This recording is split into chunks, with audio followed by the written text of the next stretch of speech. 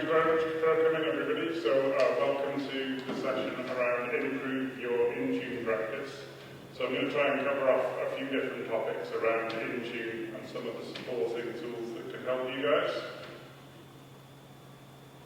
So my name is Hugh Valentine. I'm a Microsoft 365 specialist. I'm from an organisation called Valentine, and basically we specialise in helping organisations deploy Microsoft 365 solutions. That obviously includes EndPoint Manager, Exchange, and other pieces like that.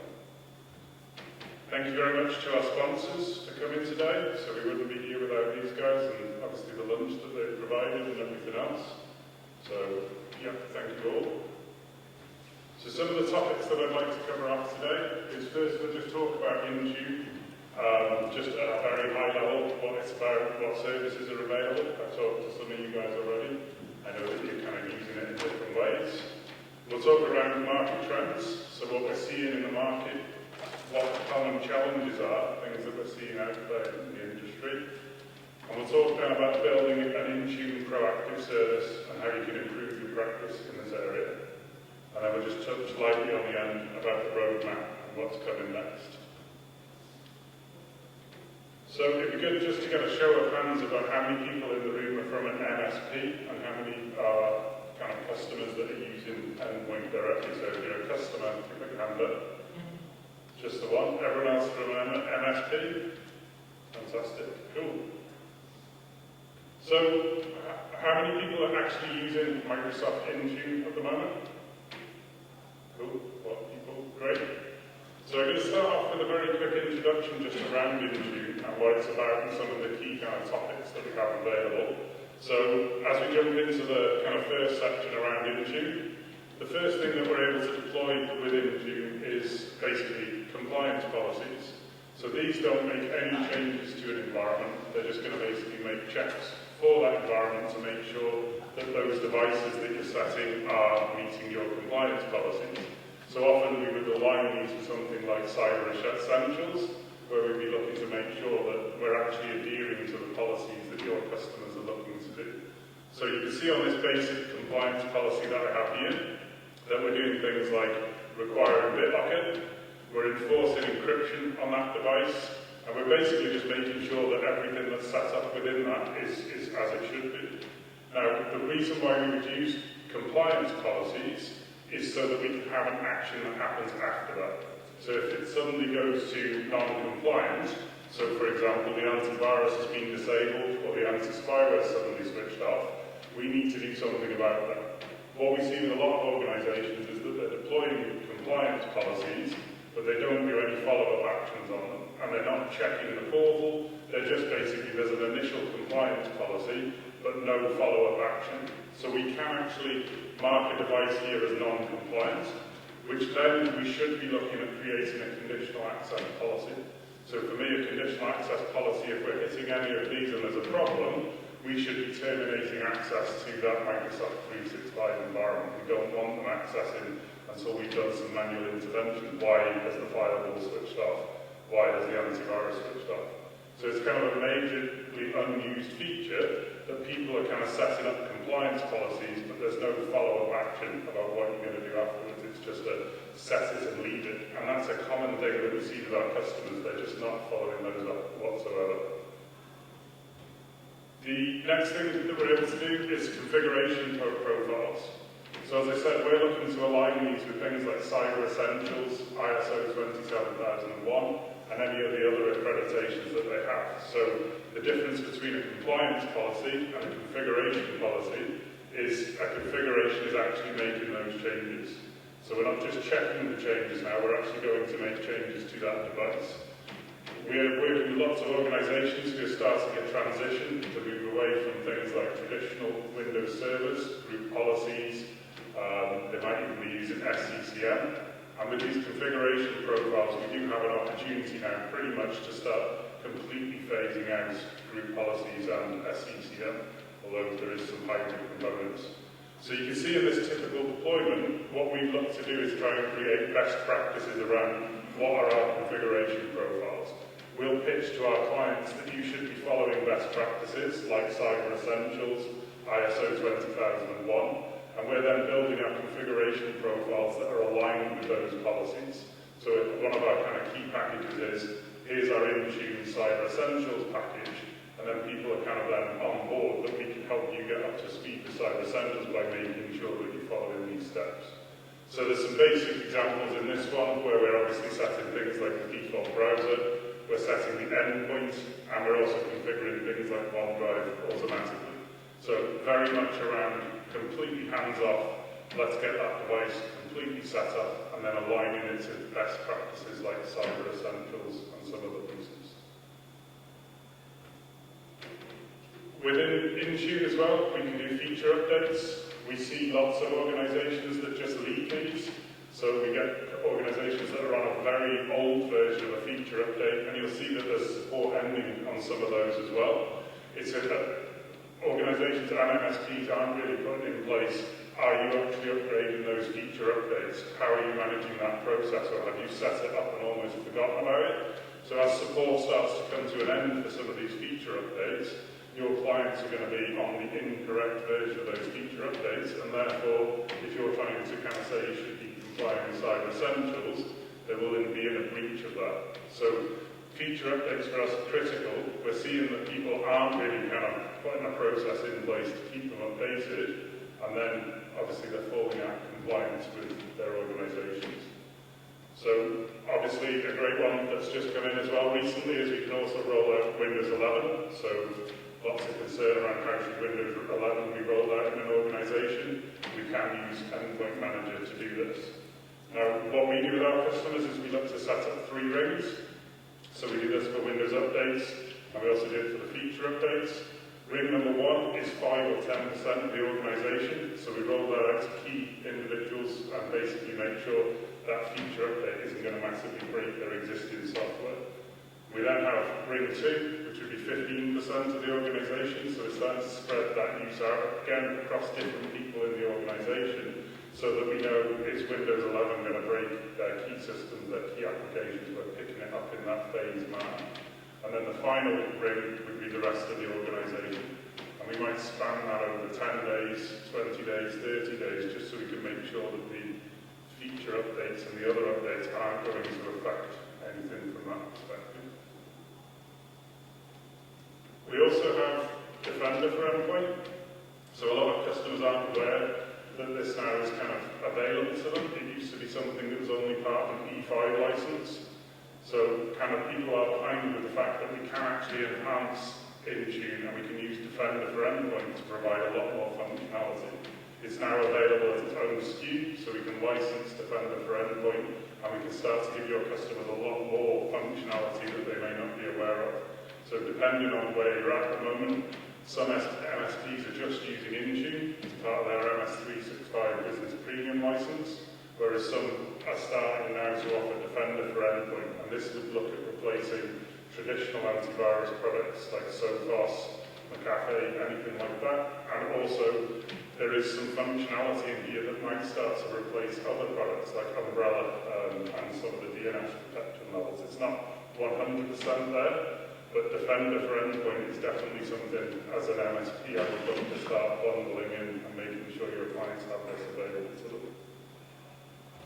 There's a few things that we can do that are really nice in Defender for Endpoint. We can have a device inventory, which basically can identify exposure level. So as part of your Defender for Endpoint licenses, Microsoft are doing a huge amount of knowledge gathering on weaknesses that are coming out, the known kind of loopholes and current risks that are inherent on the software. So with this device inventory, it's basically showing you your devices in your organization, what their current risk level is and what their current exposure level is.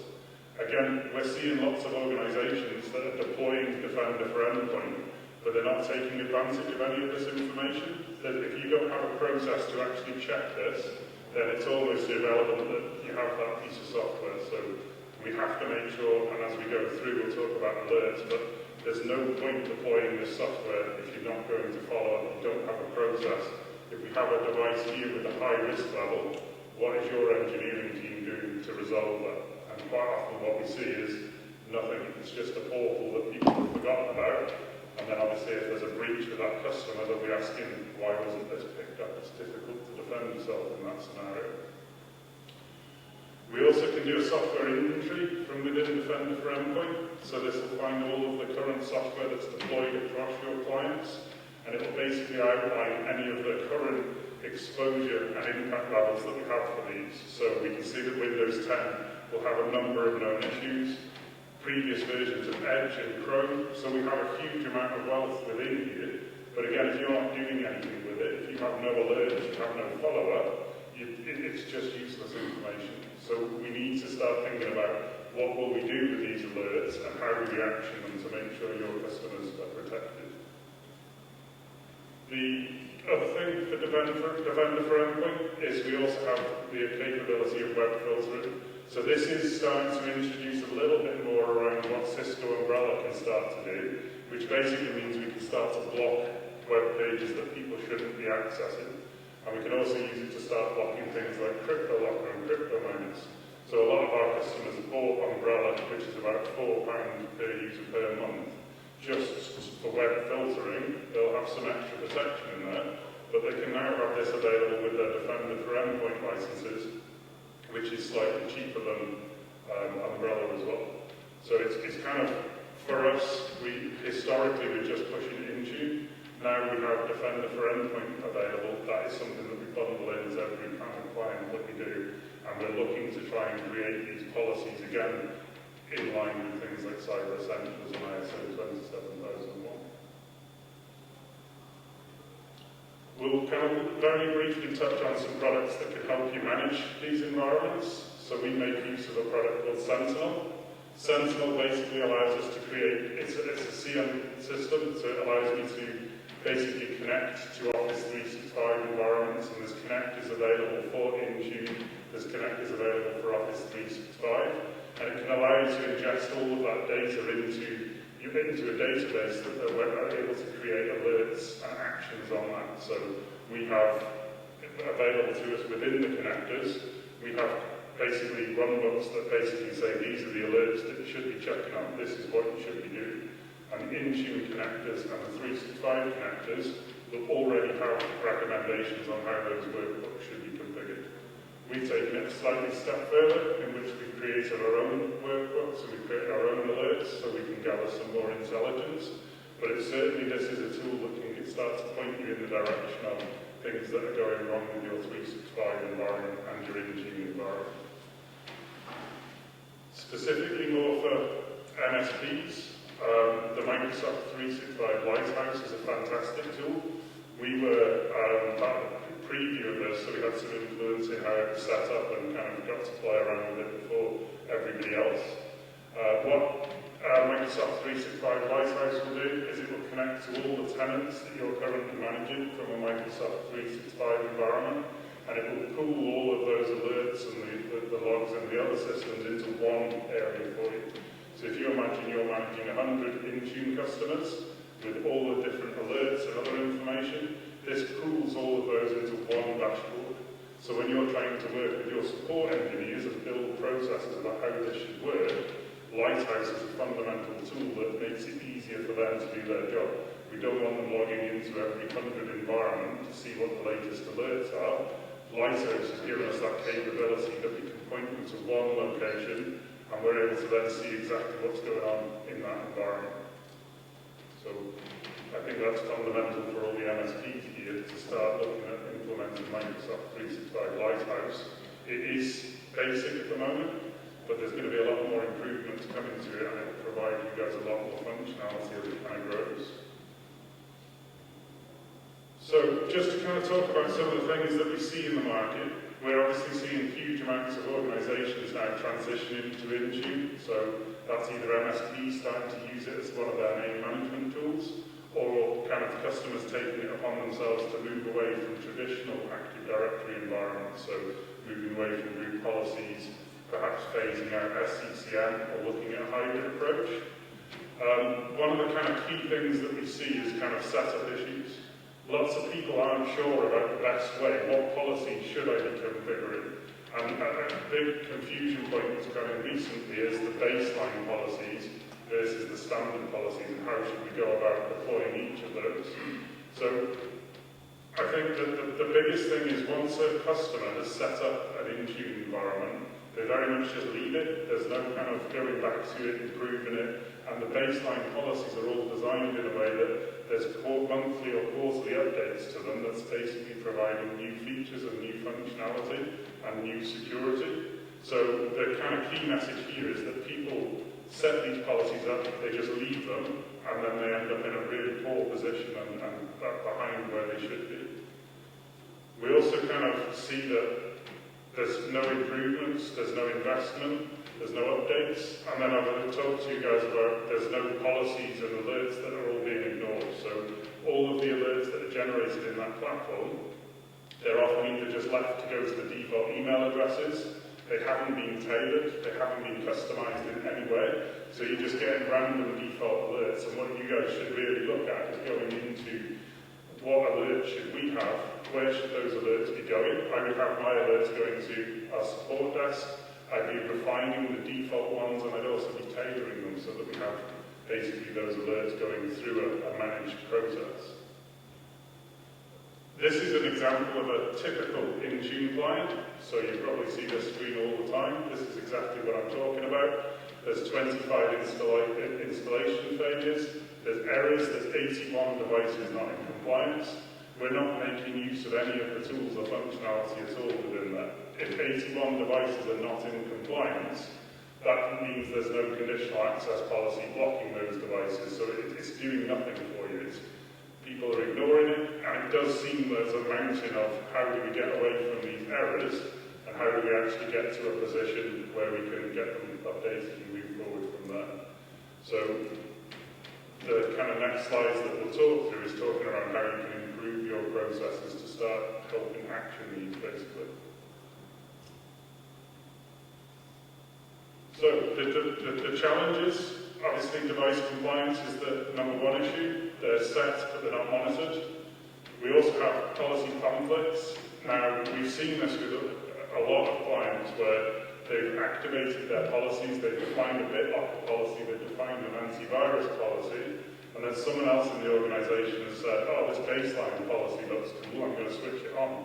And what will happen then is it creates conflicts across all of your existing policies, and you start to then get errors popping up.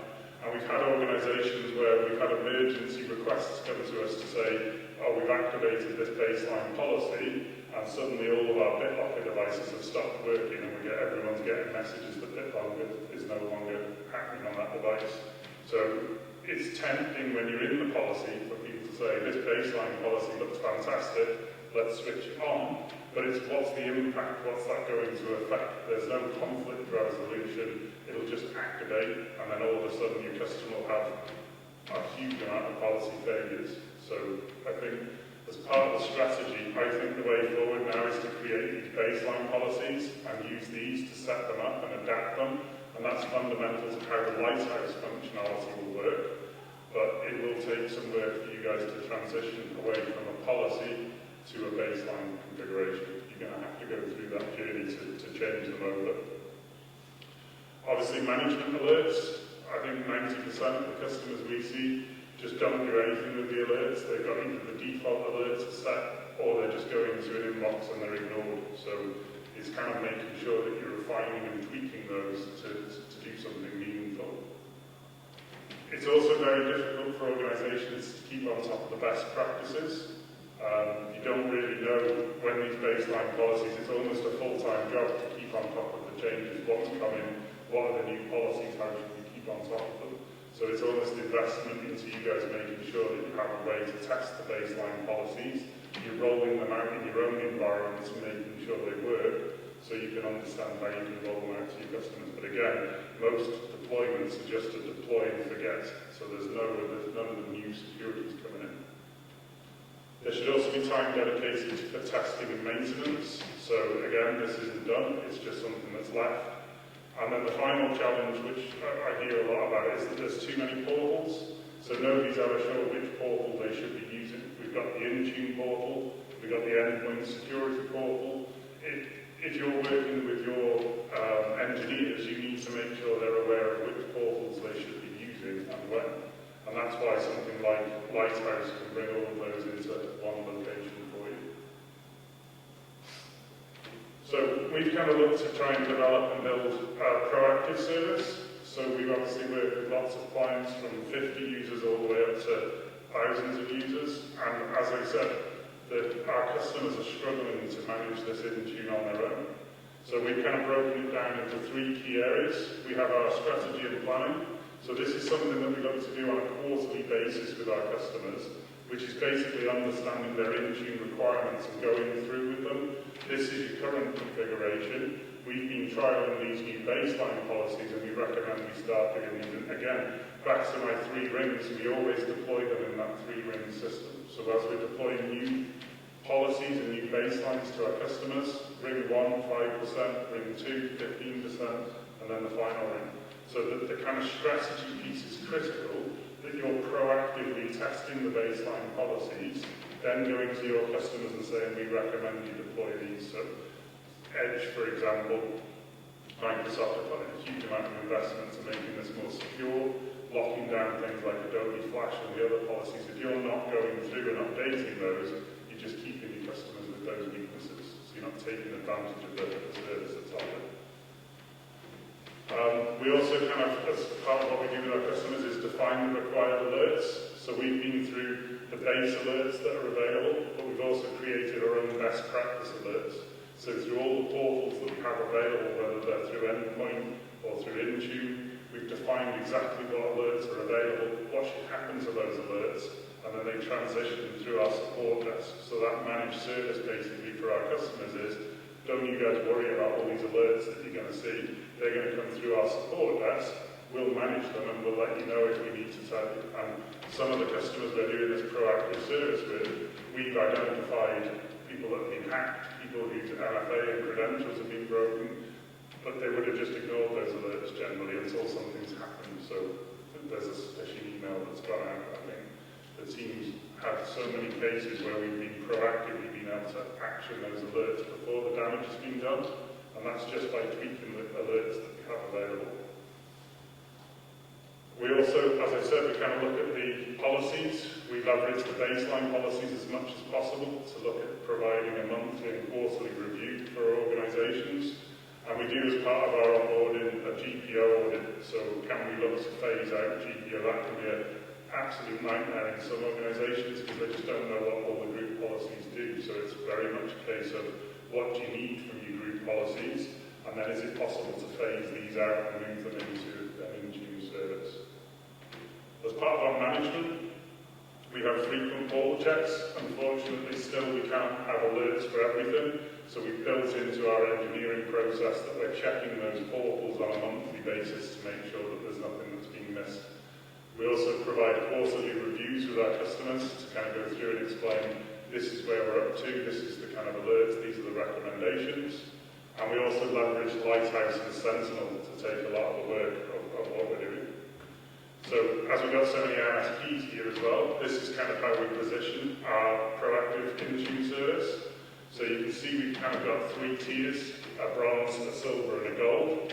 And then depending on what that customer signs up for, we're then kind of adding additional functionality. So we see this not as part of the traditional monthly support fee. This is a new service above and beyond what you typically pay. So this is something our clients pay for above and beyond their existing support contracts. And as you see, we kind of bundle into some of these annual security patterns. So we've defined best practices about how an Office 365 in an Intune environment should be hardened. If they're on our silver or gold package, we would kind of do that on an annual proactive basis. And we're then automatically kind of going through the compliance checks and then the Defender stuff. So hopefully that gives you guys a good insight into how we're managing that process and how we position for our customers.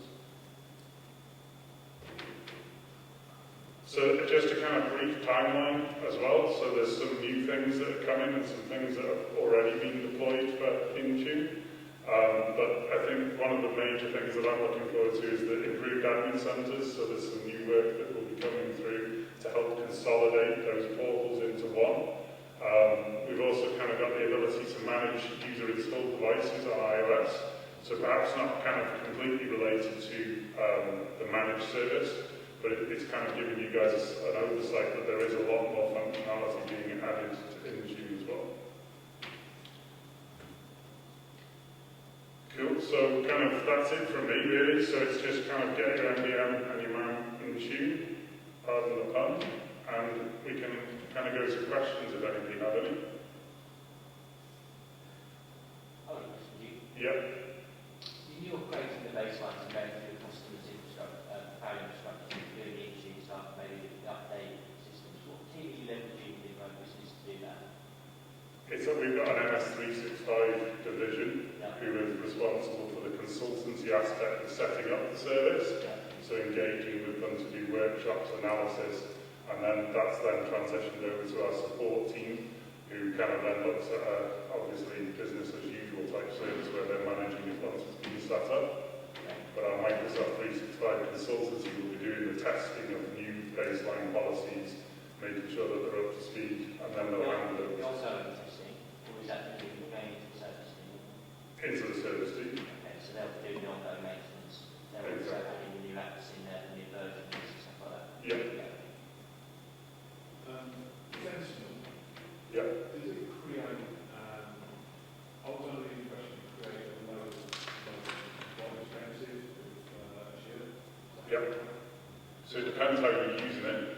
If you're a financial institute, you might be keeping it to keep logs for 7 years, which can get obviously expensive. But if you're using it to manage alerts and make sure that you're being proactive, you don't need to keep the data retention as long, because you're just using it as a alerts action what we need to do. So we generally keep ours to a 90-day period so that then it's keeping our costs down and we're just leveraging those runbooks and intelligence that it has there. Yeah. You saying you never use baseline policies, why don't you just leave them and create your own best practice? So we have done in some scenarios, but the baseline policies have someone in Microsoft that's going ahead and leveraging the new features, the new functionality, and the new security. So we could go ahead and create our own policies, but it's going to be a lot of administration work for us to then, we're using the baseline policies as a, hey, you should be configuring this, or hey, you should be doing that, and then we can basically save us time in developing and deploying those ourselves. Right, but doesn't that mean I'm going to go change something without even knowing about it, but then there's a lot of The baseline policies don't automatically roll out. You would deploy the baseline policies and you can phase them in as you need to. So they wouldn't instantly be, here's a new change. You actually get, here's baseline policy Q1, here's baseline policy Q2. And then we're using our internal process to check it and test it. We then move it to our 3-ring system to our managed service clients then to do that. And for some of our customers, we do actually take those baseline policies out, and we don't have our own, which we use PowerShell to automatically deploy them as well. But also Lighthouse integrates with the baseline policies. So some of the settings within the baseline, depending on how you deploy that as a policy, or there's another section called EndPoint security and Intune. If you're not leveraging the correct section, then Lighthouse won't report properly. You'll get a load of these devices aren't encrypted when you're thinking, oh, I've got a policy here that does it. It's because you've not deployed it the right way. Any other questions? Yeah? The deployment rates that you're using, how are you targeting the deployment rates? I mean, they're obviously being targeted to a group, but how do you populate those groups? So it's part of our consultancy engagement. We want to identify key people within the organisation for those rings, because we don't want it to just be IT, because they work in the same way. So we kind of say, can we have people from each relevant part, dependent on the size of the customer? But if it was 100 users, we'd take a small percentage of finance, a small percentage of IT, so that when it's deployed, so as part of our onboarding process, we're identifying those rings with the customer. So you select people and you're adding people to a group. So there's no dynamic targeting going on. The first 2 rings are basically created manually, and then the final ring, which is everyone, is a dynamic group then. I think you hit the same problem market previously. Yeah. Yeah. I was hoping you had a nice neat solution, but No, unfortunately, there's no way that we identify the rings on a dynamic basis at the moment.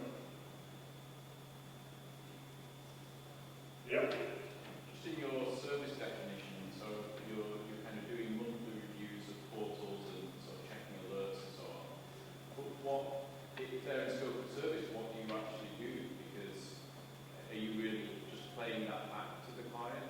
Obviously, some of the things that can appear in dashboards and portals, they actually imply a project. There's some more significant change. So where do you draw the line between what's in the service and what isn't?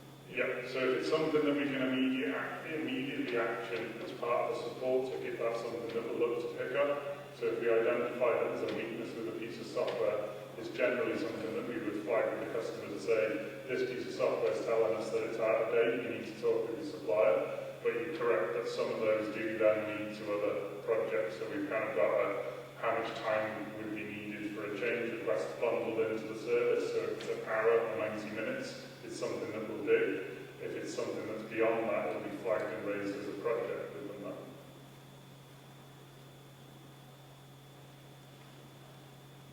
Cool. Any final questions? Brilliant. Okay, well thank you very much guys. If you want to scan the QR code, then you can provide feedback. And just a reminder that there's a charity quiz at 7 o'clock in the ballroom, and then sponsored drinks start at 5:30 today. So thank you very much